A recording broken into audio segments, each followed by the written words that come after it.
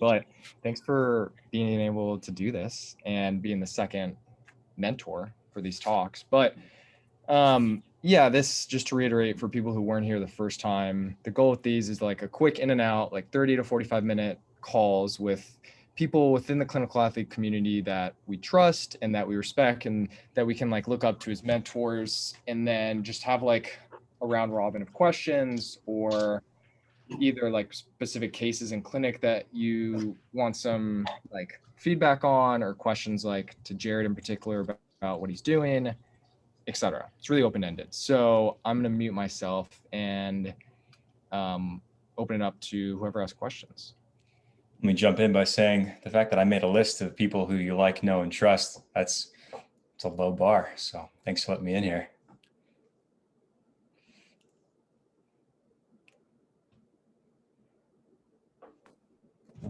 Hey, Jared, I got a question for you. Let's go. What's up, Derek? How you doing? I'm doing great, man. How are you? I'm doing well. So I know that a big part of what you do now is coaching as opposed to clinic, trying to kind of transition out of clinic. You personally, what do you feel coaching offers that clinic doesn't, as a sense to how you get to work with people? Because it feels like with chiropractic and physical therapy, there's this overarching theme that in order to help people, it almost feels like we need to be in a clinic one-on-one. But in a coaching setting, from what I'm starting to experience, is that you get more prolonged engagement with people, and you can actually see more of the secondary benefits that you talk about with like habit change, exercise, things like that. So how would you kind of portray those differences and what you enjoy, what you don't enjoy, things like that? Yeah, man, I think you touched on the biggest thing for me, which is probably the biggest frustration that I've run into over my clinical career so far, is that while I get to see somebody for a period of time, for whatever the reason is, an injury or some other problem that they might need a hand solving, it's pretty limited in terms of what I'm able to do, both for that snapshot or that small period of time relative to if they're training or they engage in activity. It's relatively a small portion of time. But then even beyond that, I'm just seeing them for that clinic visit. And, just with the way that what I've been exposed to in terms of clinic models and that sort of thing, it doesn't make sense in terms of, say, what I'm able to be compensated with, even though I might want to create more of a long-term program or have this more holistic view. I really kind of have to chop down what I do with them to what's going to fit in that time slot in the clinic. Maybe I do a little something extra here or there. So that's kind of been the biggest draw or the biggest upside to coaching for me so far. And, if it's relevant, we can get into more of like part of what that means and like how it's always this gray area if clinicians want to do that coaching.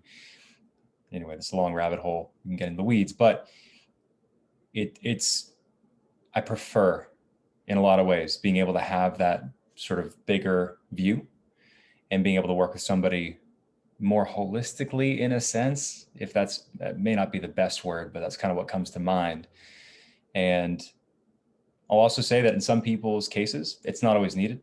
They are totally good, and I'm totally good with just the clinical visits, and that's all good. If they get where they want to go, I got no issue with it. But working with people through coaching, it's given me more flexibility for how we approach certain things, and it's fun. I enjoy it. So that's kind of where I'm at with it.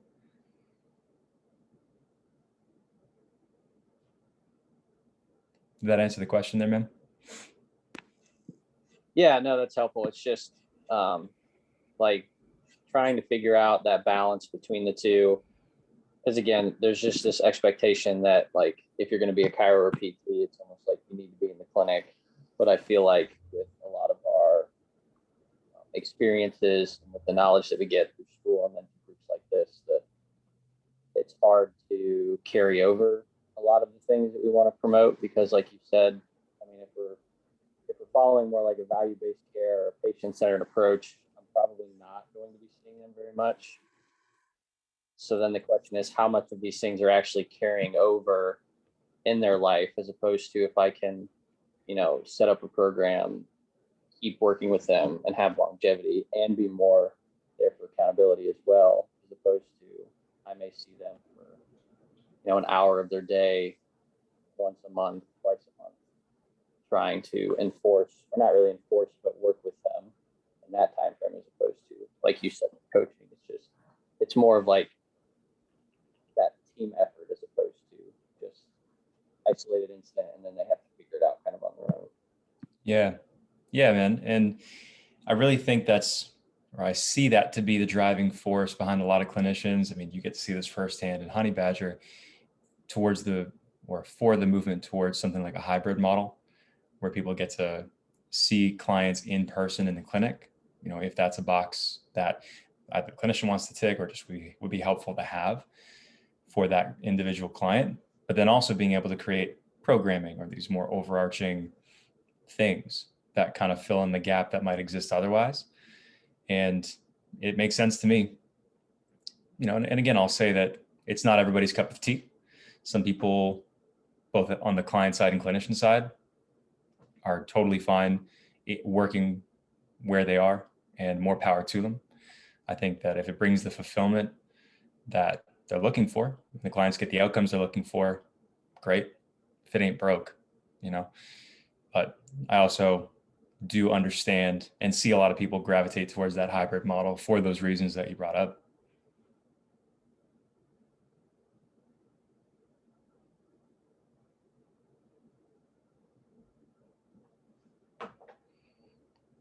Phil, you're just looking fresh today, buddy. I'm just here, man. Just a fly on the wall.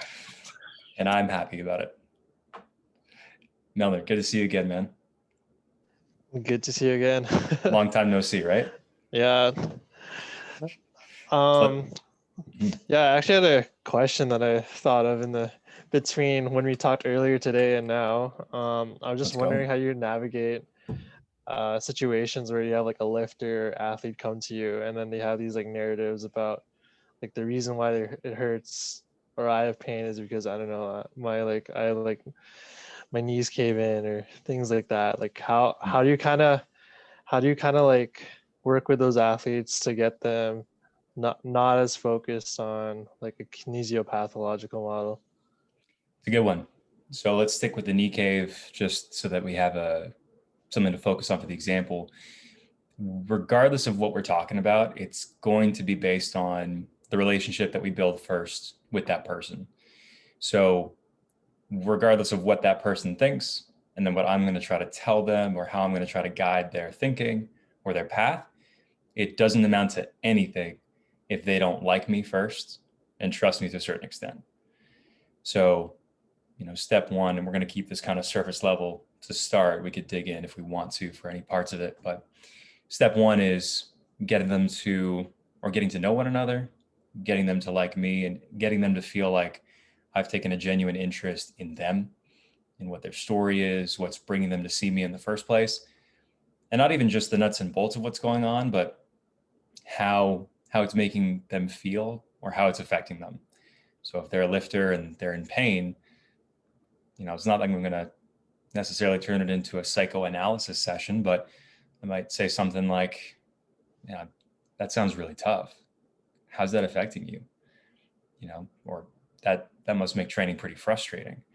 Just to pull on that thread a little bit and see if they feel ready to open up or share. Because not only does that give me more information to use, and maybe it cues me up as far as conversations we have to or should have at certain points, but it also builds that rapport where I'm at least indicating to them that I care enough to ask about it and to hear what they want to tell me if they care to share it, So beyond that, after I've gotten the subjective and I've got a good understanding or what feels like a good understanding of what's all going on, then we'll do some sort of objective exam for lifters that should probably involve some bit of the lifting that's affecting them. And then based on my read of the person and the situation, generally what I'm picking up on in terms of Do they sound and look really distraught? Do they seem really worried? Have they been given conflicting information so far? That's going to help me figure out how I want to approach this.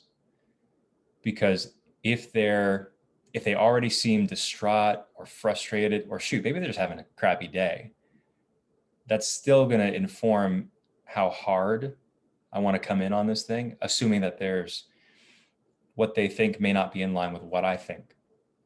That's the main assumption we're operating on in this example.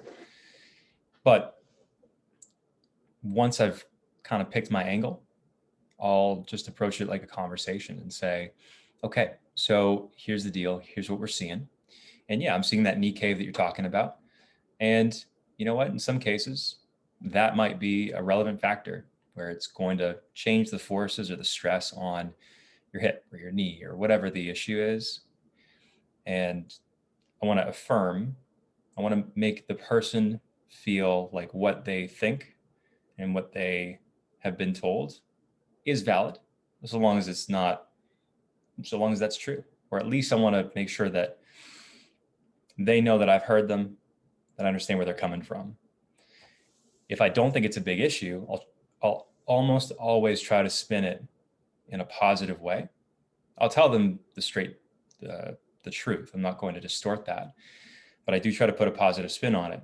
So if I don't think their knee valgus is really all that big of a deal, if I think it's more having to do with their volume or their intensity or something like that, I'll say something like, you know what, man, your squat form looks pretty solid. And sure, there's a little bit of that valgus, but I don't think it's really going to be that big of a deal for us.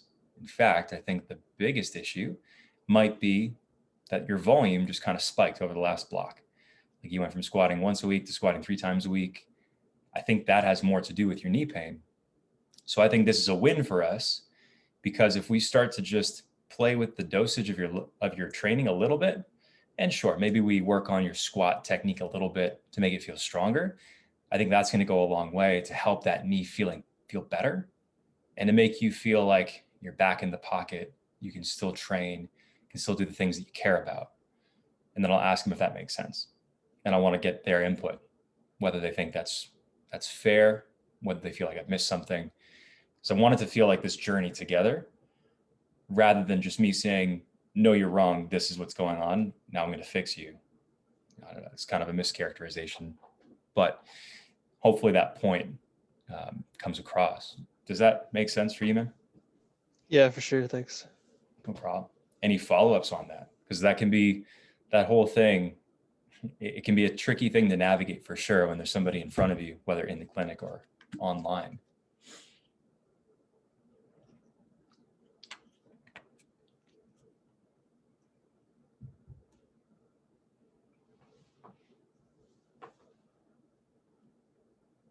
We got a quiet crew today. I'll ask you a question. The pain science course that you created, what was it, like 2 years ago at this point, 3 years ago? I think it was 2018. Do you, from like making that to how you view things now, is any of it like, oh, I wish I didn't say this, or I wish I changed this, or how do you view like that webinar or that like series from like 2021 version of Jared? I think that inevitably or I'll phrase it this way. I think that overall I can still be pretty happy with how it came out or how it is now. I think inevitably over time, there's going to be tweaks in terms of how I would phrase things, how I'd approach it. So I looked through, not the entirety of the course, but I flipped through it really quickly. I was doing something else and I had to go through it again. And I'm still happy enough with it. And I think the big caveat for me there is that it's meant to be sort of a jump off point where it was really intended then and still is intended now to be something that gets people an initial exposure to that pain science world. And with all of the nuance that comes with it, definitely I wouldn't expect, and I hope other people wouldn't expect that course to have all of the answers. But I can say right now, having gone through it, there haven't been any big cringe moments, which I'm happy about, give it enough time, that might happen. You know, I know it's happened in other areas of my clinical life and coaching career. I think that's just an inevitable part of learning and evolving as a coach, clinician, and hopefully as a person too.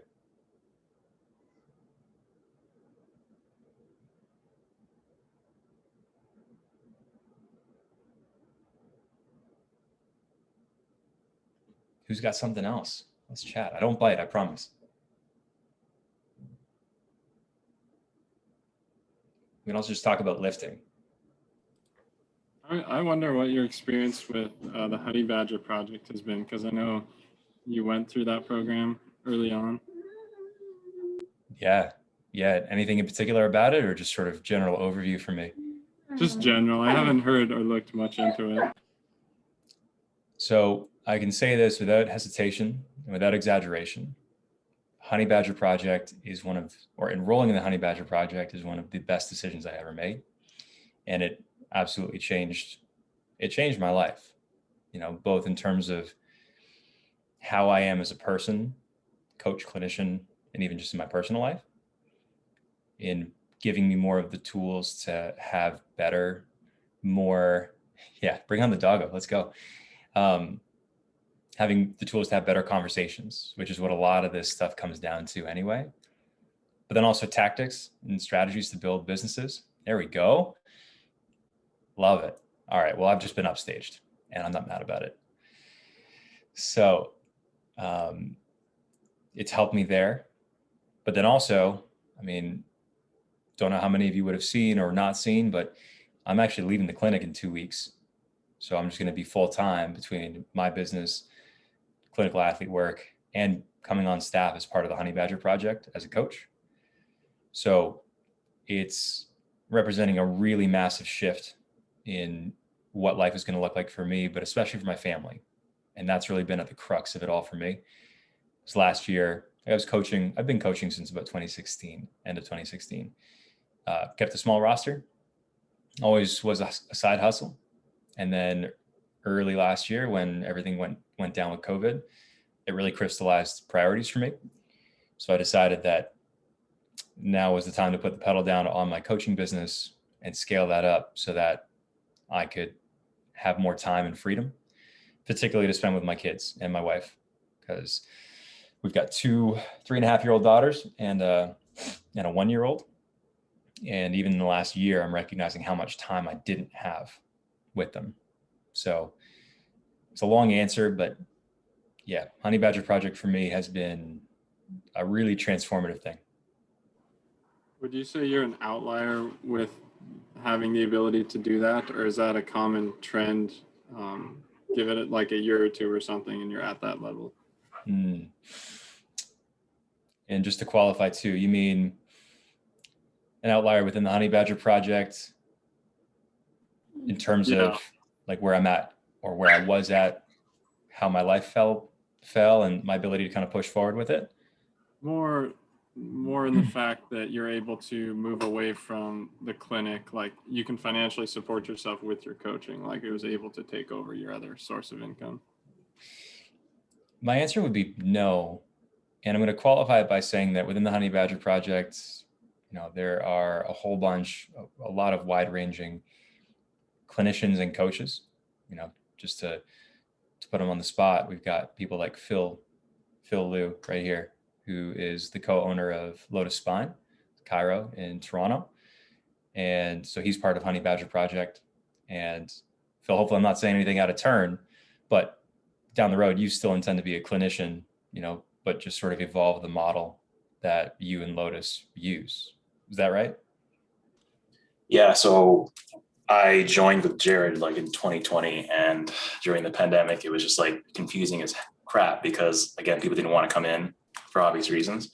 And I guess the hybrid model with online coaching came to exist because it was just not only did it make sense from a pandemic side because virtual telehealth was getting more apparent, but it just made sense from like a quality of care. Right. And I think at this point, like people are realizing, especially like my clients right now working with me, they feel like at this point they've learned, and this took them like like behavior change takes a while, but it took them like me. It's been over a year, and they're just like, Phil doesn't need to be holding my hand all the time in a session one-on-one, but to have him like to be able to pull out my phone and text him whenever I need him during my training is like huge. The one downside is I don't get to see the dance moves in person, but that's what Instagram's for. Phil's a really good dancer. Phil, do you like how many hours do you treat a week, and then how much do you spend on the training aspect of it? And do you like try and move your clinic patients into a training program? Is that how you get your? Yeah. So it starts off with, the initial assessment, either in person or through telehealth. It's whatever they prefer. If you're in Toronto, that's where I'm from. If you're in Toronto and they want to come see me in person just for that reason, sure. And then I kind of qualify them based off of what they're in for. If they're more of like a general pop and they're just getting for low back, and they just heard from word of mouth that like I'm in the area, and we just kind of do a few sessions classically. So when I say classic, there's like a mention of being active in your own care. There's barbells and squat racks in the vicinity. But if you're not into it yet, then it's okay with just going that one-on-one. And then whenever they feel better, it's more just like, whenever you need it. But then you have those patients that I've had since day one. Like, so I've been out since like 2017. And I've had a few clients from day one that have always been just like, yeah, Phil, I wish that I could just like take you with me to the gym and have you just watch my squat. And then right then and there, I'll have questions. So I'm like, shit, like, how do we do that? So at that time, I wasn't coaching at all. I didn't know that. I didn't have the skill set or the confidence that you can put it all together. And then when I launched in 2020 with the help of Honey Badger Project, it was just like a huge game changer. So you can transfer, like, you can still like have clients that are just like kind of on the fence of like getting into coaching or training after their rehab. But you can still have that one stream. But for those who want a bit more after you've kind of like went from clinical side to like now performance training, like you can easily streamline that through the hybrid model. Mm-hmm. Does that answer your question? Yeah, I did. Thank you.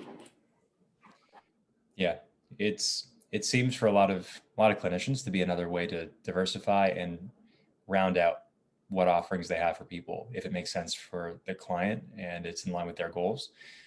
And there are a lot of people in Honey Badger Project that have no intention of getting out of the clinic. They just want to feel like they're really meeting the needs of the people they work with already. And maybe it gives them a little bit more flexibility, but they still want to be treating clinically. And that is totally cool. I've just chosen a different path for myself.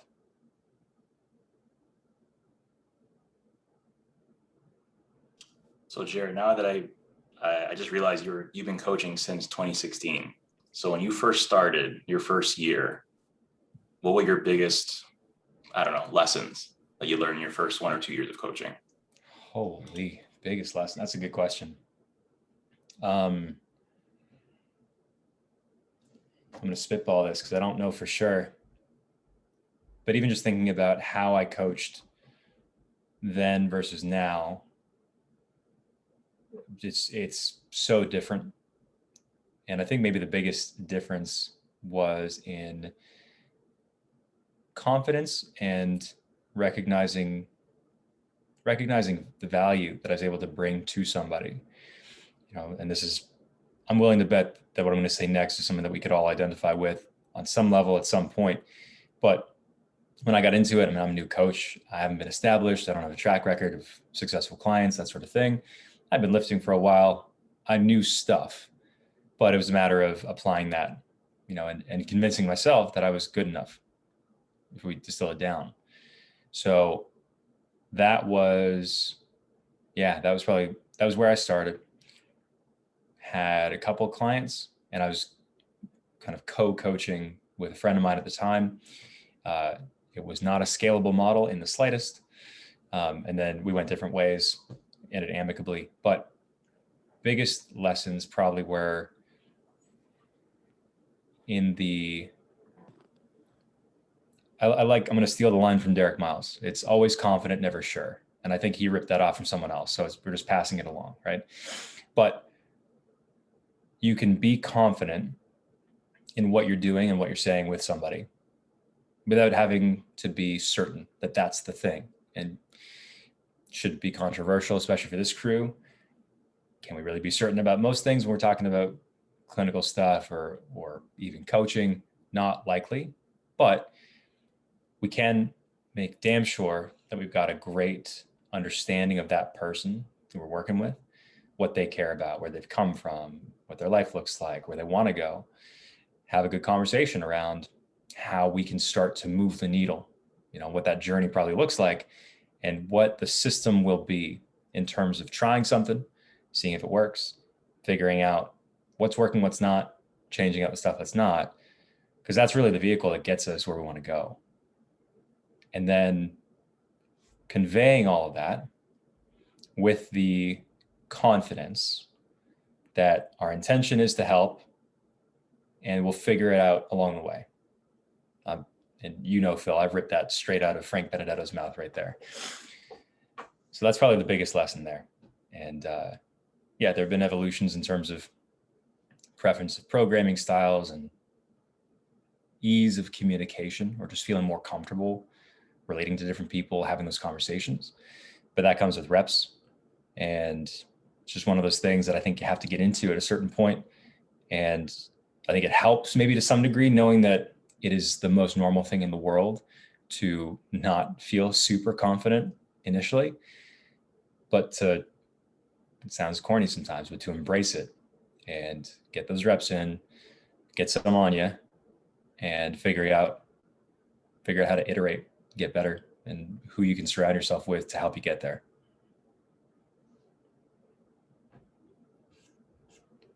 Thanks for coming to my TED Talk.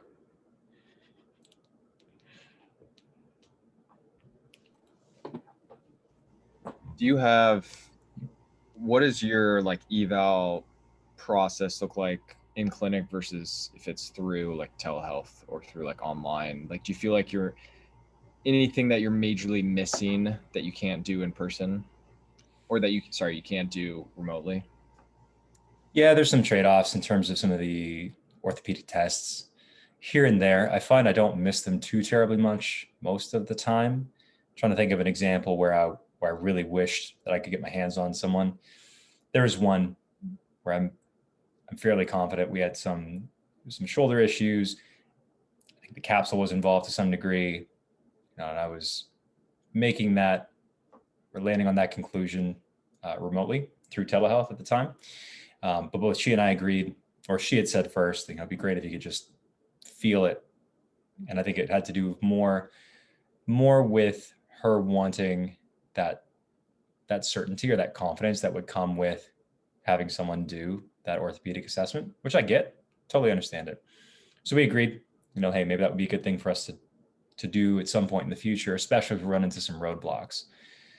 But to answer your question, the first half of it is virtually identical because it's still about establishing some rapport. It's still about hearing their story. I still set a frame so that they know what to expect and we're on the same page for how that session is going to go. And then figuring out what's all going on, what makes it better, what makes it worse. And then I hit them with the same 4 questions at the end in terms of what they think is going on, what they think we need to do to fix it, what their ideal life looks like. And I frame it in the form of a time machine question. So this is, again, direct influence from Honey Badger. And I'll ask them, if we hop in a time machine and we go in the future 3 months, 6 months, let's say Chris's life is perfect. All his dreams are coming true. Paint me a picture of what that looks like. And sometimes people will be like, you mean in terms of my shoulder? And I just say, however you want to answer it. Because this, for me, is a holistic view of what they want for themselves. And most people are pretty excited to answer it. And sometimes it's a straightforward answer of, I just want my shoulder to not hurt. So I might prompt them a little bit. Cool. So let's say we do that. Shoulder doesn't hurt. What does that let you do? What does that let you do more of? Which again, gives me a better understanding of what success looks like for them. And then the last question is expectations for that session, where by the time that they leave, what do we need to have done so that they feel it was a good, productive first session. And that, again, puts us on the same page and helps me know what they're looking for. That question came from one session that I thought went well, and the client sent a long email to my manager about how she was not happy. So I started asking that to everybody, and it helps. But yeah, to round it out, that first half is the same. And then if it's telehealth telehealth or like a coaching consult or something like that, I'll just look to see them do some relevant movements. I'll talk them through maybe some tests that they can do on their end of the camera. And then we'll come back together. And then the back half of the session is the same too. Telling them what I think is going on, making sure it makes sense, making sure that we hash out a game plan. I'm telling them what I'm expecting in terms of how soon they can expect some signs of improvement. Usually I break that into a couple parts where people want some assurance early on that they're on the right track. So I'll say something like, I think in the next week or two, we're going to start seeing these changes. I think you're going to start feeling better. I think we're going to be able to see that we're starting along the right path. And then I'll say, I think in 8 to 12 weeks, we're at this point. And I'm always trying to connect it back to what they've told me that they want. And all the while, being very truthful. If I think that what's going to happen is very different from what they want, I'm telling them that so we can have that conversation. But then it's a matter of having 1 or 2 very doable action steps, home exercises or other things to act on, and then solidifying the treatment plan or the game plan. If we're seeing each other, how often, what we're going to do. So it was a long answer. Did that answer the question or to go off the deep end? No, it did. And I really like those 4 questions. I have a follow-up. So the first 2, what do you think is going on and what do you think we need to do to fix it? Motto uses that a lot. And it's funny, like asking or hearing someone ask that to a patient, because it's like most of them are either they're like very like confused while you're asking that because they're like, I fucking came to see you, that like, know what's going on, or they like come up with an answer that is either like wildly off the mark or that's like, oh yeah, that's pretty much exactly what we need to do. But like, I'm assuming once you've asked that, you already kind of have like a picture in your head of where you see things going. So if they say something that's like completely off base or something that's wildly different than how you would go about treatment, like do you immediately kind of just say, well, this is how I see things going? Or like, do you just kind of like, where do you go from that if they're just like, oh, I just want to do X, and you're like, it's not what I want to do. Yeah. I'm probably going to get more information and I'll probably ask simply like, okay, gotcha. What makes you say that? And just understand a bit more where they're coming from.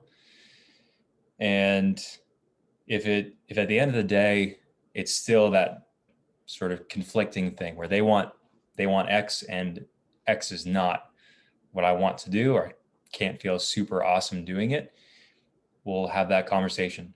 I'll say something like, okay, totally hear you. And based on what you've told me, I understand why that would seem like the way to go.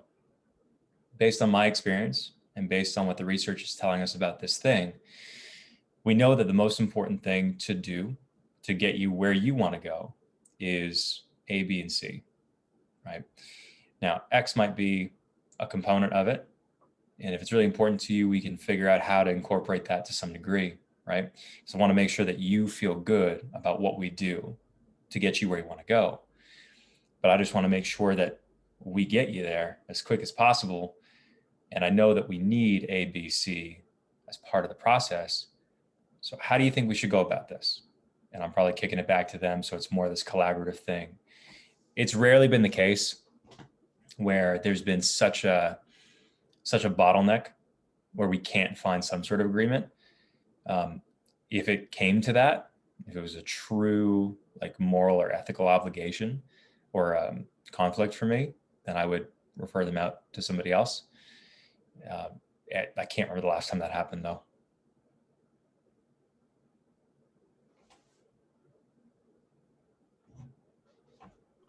I have a question for you, Jared. Let's go. So I'm a physical therapy student right now. I have my CSCS, and I guess the idea of coaching has been in my mind for a while now. I currently pay a coach to write me programs, and we communicate online. So like in my idea, that was a good way to get started. Any other tips for the future for me? And just to be clear, you figured that signing on with a coach was a good way to get into coaching yourself? Yeah, exactly.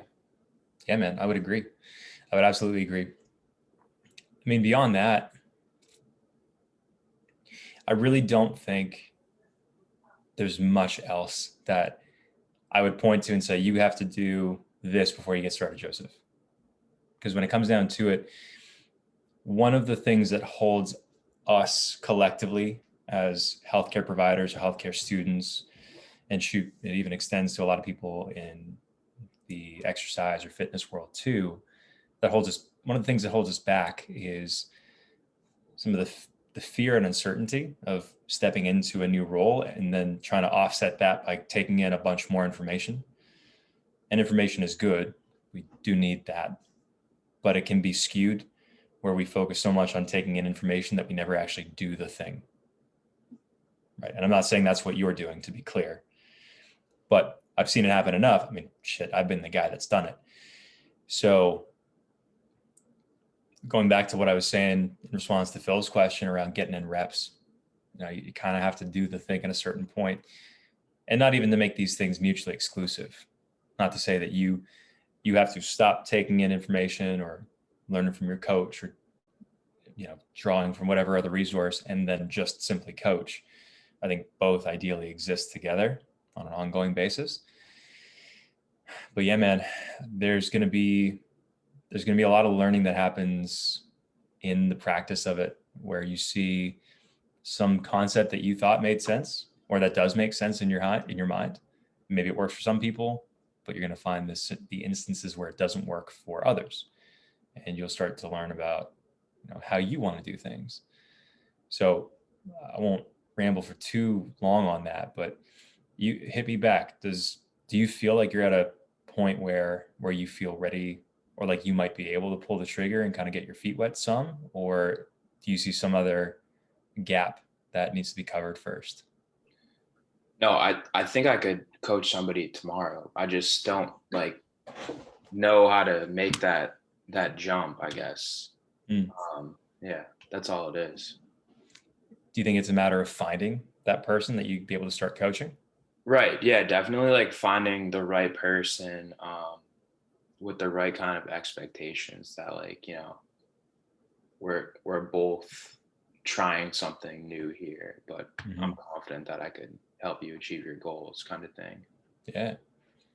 And then is jumping into it something that you want to do now? Definitely. Yeah.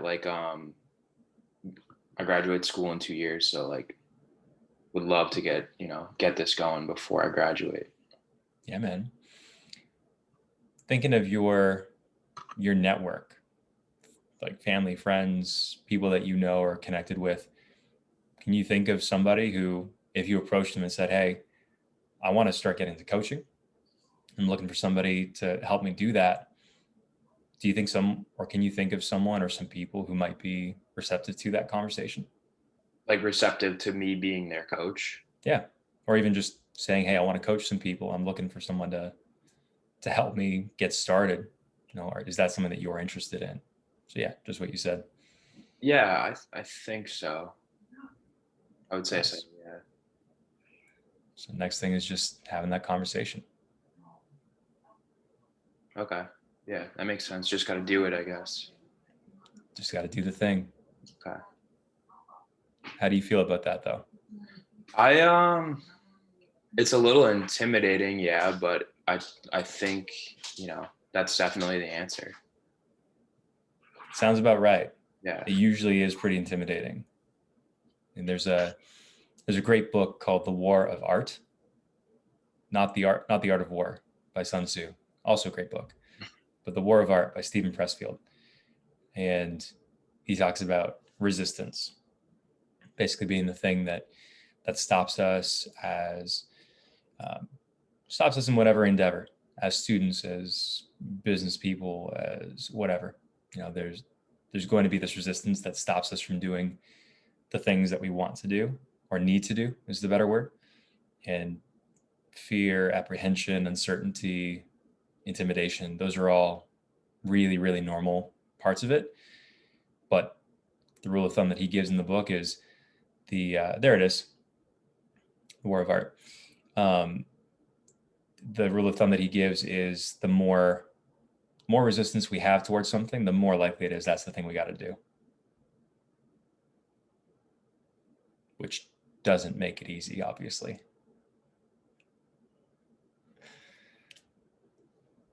But I mean, again, for you, Joseph, thinking about next steps, do you feel like you're ready and wanting to just, whoever you thought of, like, approach them with that conversation? Or is there something else that maybe we can hash out that'll make you feel a little better about it?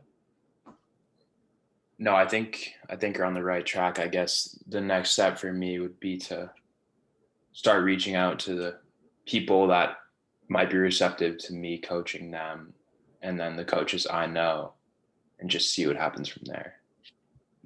I think so. Yeah. In my experience too, most coaches, if they hear someone else say, "Hey, I want to get into coaching," they're pretty willing to help out and give some guidance. So just what you said, I think if you put out those feelers, that's going to be a good way to go, man. Thank you. Appreciate that. More than happy, man. Glad you asked. Yeah, Derek here. Derek, I'm just gonna read this out. He says, "I can say from my early experience with the Honey Badger project is that jumping right into it has been the best thing I could have done in the beginning to build my confidence in coaching." Yeah, man, I agree with that for sure. And Chris, I appreciate you describing all of Pressfield's work as dank. Super dank. So we have time for maybe one more short question, and then we'll wrap it up because we're hitting the 45-minute mark. If anyone has anything else.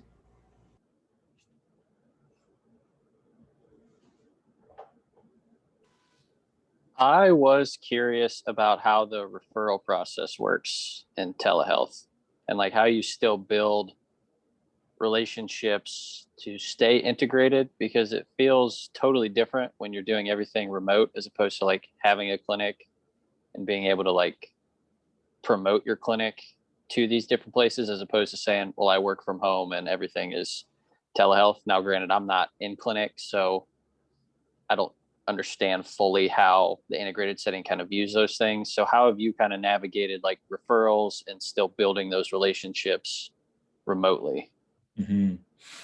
So kind of a two-part answer for me. So strictly speaking, the telehealth that I've done has been through the clinic that I work at and will be at for a couple more weeks.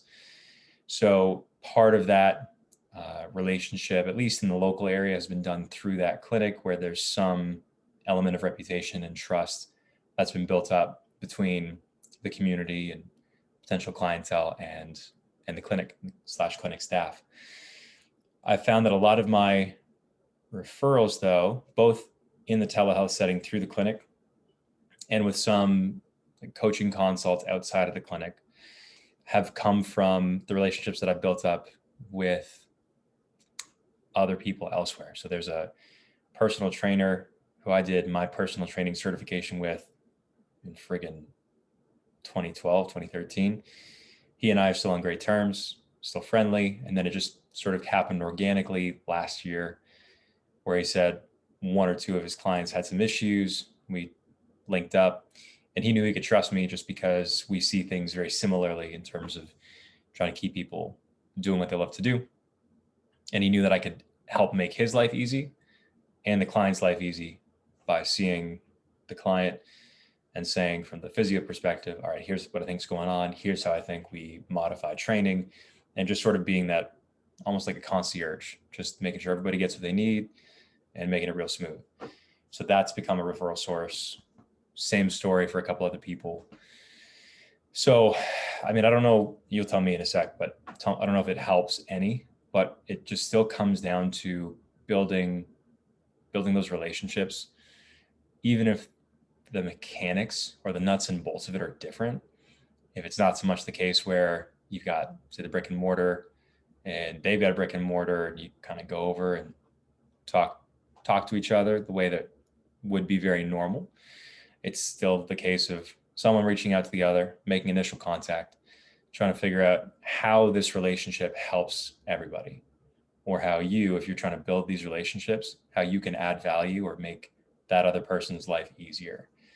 And if they're another healthcare professional or wellness professional, what can you bring to the table so that their clients benefit and that they benefit? And it's the same stuff, or it's a very similar conversation to what you and I are familiar with now through the Honey Badger project. It's still about, what does a win look like for that person? Getting really clear on that, maybe coming away, thinking about what solutions you can put together for them, coming back, having that conversation, and if it's a fit, figuring out implementation. But at its core, I think that's still what it comes down to. So I feel like I danced around your question a little bit, but those examples are how it's gone for me. And it's still been really about, building those relationships, most of which have been remote anyway. That makes sense? Yeah, no, that makes a lot of sense. Thanks, Jared. No problem. One last plug, just since we're on the topic of books. Anybody not familiar with it, one of my favorite books of all time is Never Split the Difference by Chris Voss. Easily a life-changing book for me. I read it early last year. It has to do with negotiations. And Chris Voss used to be the head of hostage negotiations for the FBI. He writes in a really, I think, intriguing way, but all of the lessons from that book are easily applicable to clinical life, personal life, anything having to do with business. So highly recommend both that and The War of Art. And there's Chris, How to Have Impossible Conversations. I haven't heard of that one. I've heard of Crucial Conversations, but not that one. Crucial Conversations is trash. I'm just going to say it. Impossible Conversations is way better. And on the Chris Voss, he has a masterclass. Have you taken that? I've not, but I've seen it. It's way better than the book. So if anyone wants to pay like $80 to do a masterclass, Worth it. Worth it. Yeah, it was phenomenal. Totally worth it. So I recommend that as well as the book. All right. Sweet. Thanks, Jared. You're the man. You have a very like soothing voice. It was nice, like into the Friday. But yes, this will get posted to the forum. And then just for people as a heads up, trying to do these on a weekly basis. So there'll be just a new mentor each week. And it'll just be this like short format where if you have questions, perfect. If not, you can just chill. But yeah, thank you all for joining the party. Thank you all. Thank you, Jared, for being down. And that's all I got. Thanks for running this, Chris. Thanks for being the host with the most. Yeah, try my best. All right. Everyone have a great rest of your Friday. Bye. Peace.